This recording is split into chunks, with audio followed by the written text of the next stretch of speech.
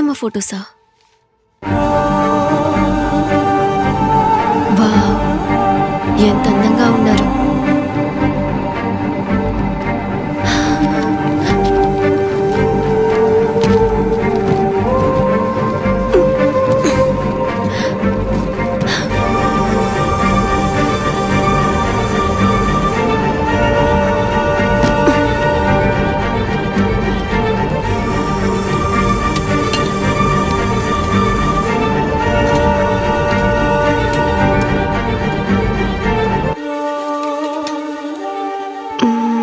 ఇదేం dairy?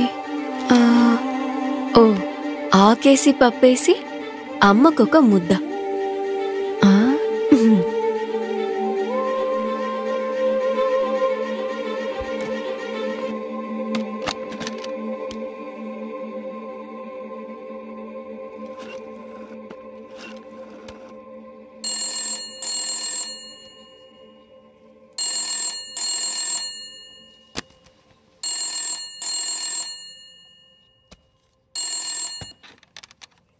Hello, నువ్వు నాకే ఛాలెంజ్ చేసావు కదా?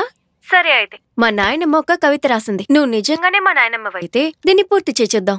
సరే చెప్పు.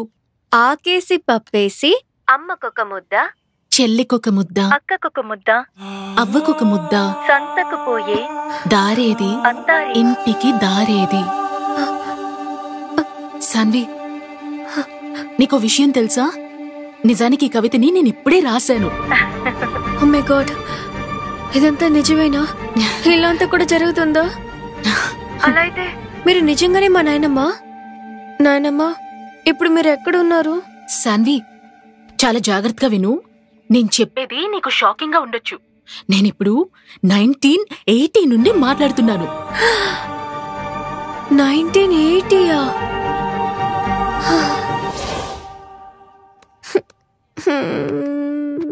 ఏంటిది?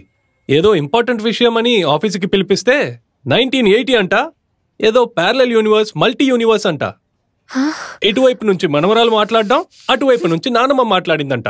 2 లైన్ల కవిత నువ్వు చెప్తే బ్యాలెన్స్ నీ నానమ్మ వచ్చి పూర్తి చేస్తుందా? హలో మేడం, మీ కంటికి నేను బ్లడీ ఫూల్ లాగా కనిపిస్తున్నానా? అయ్యో, నువ్వు బ్లడీ ఫూల్ లా కనిపిస్తావు కాదు, అది నువ్వే.